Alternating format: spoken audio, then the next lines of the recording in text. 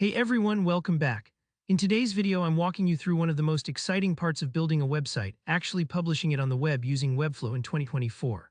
Whether you're launching a portfolio, a business site, or just experimenting with a personal project, I'll show you step by step how to publish your freshly built site so it's live and ready for the world to see. By the end of this tutorial, you'll be able to confidently put your Webflow website online, knowing exactly what each little step means and why it matters. So let's dive right in. Imagine you've just wrapped up designing your site in Webflow. Everything looks exactly the way you want, the images are in place, the layouts are snappy, and maybe you've triple-checked your links. Now comes the moment you take all your hard work and share it with others. Here, how you do it. First, take a look at the very top of the Webflow designer. See that big, bold Publish button? That's where the magic starts. Give it a click.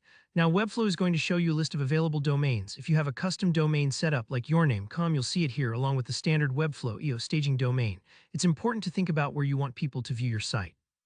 For first-time launches, I recommend publishing to both your custom domain and the Webflow EO address just to be sure everything works everywhere. Go ahead and select the domains you want by ticking their checkboxes. This step is a bit like mailing out invitations. You want to be sure you're sending them to all the right places. Once you've made your selections, hit the Publish to Selected Domains button. Now Webflow swings into action. It's uploading all your files, setting up the site, and making sure everything's ready to view. This part might take a few moments, especially if your website is image-heavy or has lots of content.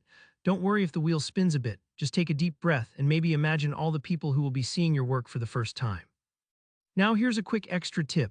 Maybe you're working more behind the scenes, tweaking settings or managing site essentials outside the designer. Webflow also lets you publish straight from your site settings. Just head into the site settings for your project, and up at the top you'll spot that familiar Publish button again.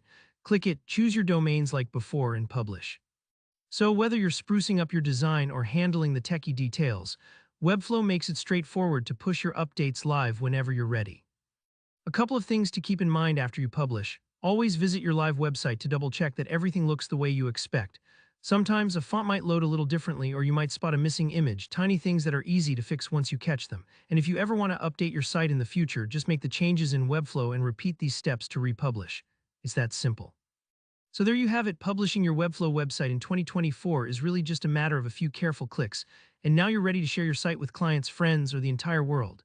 If this video helped you, go ahead and give it a like, and feel free to drop any questions you have in the comments below. I always love helping out.